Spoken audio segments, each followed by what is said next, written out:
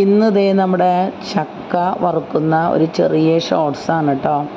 അപ്പോൾ എനിക്ക് ചക്ക കണ്ട കറി വയ്ക്കാനുള്ള ഇൻട്രസ്റ്റ് പോലെ തന്നെ സോൺചേട്ടനാണെങ്കിൽ ചക്ക കണ്ട അപ്പം വറക്കണം. അപ്പോൾ ഇത് ഉപ്പ് മഞ്ഞൾ വെള്ളമൊക്കെ റെഡിയാക്കി അതുപോലെ തന്നെ ഉരുളി വെച്ച് ഇതേ കുടത്തിന്ന് വെളിച്ചെണ്ണ ഒഴിക്കാൻ കേട്ടോ. അധികമൊന്നും വറക്കണില്ല, ഒരു 3-4 ദിവസം നിന്ന് കഴിയുമ്പോൾ ആൾക്കൊരു ആശ്വാസമാവും.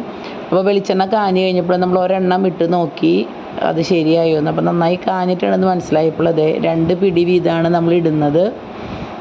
കൂടുതൽ വെളിച്ചെണ്ണ ഒഴിച്ചിട്ടുണ്ടെങ്കിൽ പിന്നെ ആ വെളിച്ചെണ്ണ മുഴുവൻ വേസ്റ്റാവും. പിന്നെ നമ്മളതിനകത്ത് മീനൊക്കെ വറുത്ത് അവസാനിപ്പിക്കണം. ഇപ്പം നൊയമ്പല്ലേ, ആ വെളിച്ചെണ്ണ മുഴുവൻ വേസ്റ്റാവും. അപ്പോൾ വെളിച്ചെണ്ണ വളരെ കുറച്ച് ഒഴിച്ചിട്ടുള്ളൂ കേട്ടോ.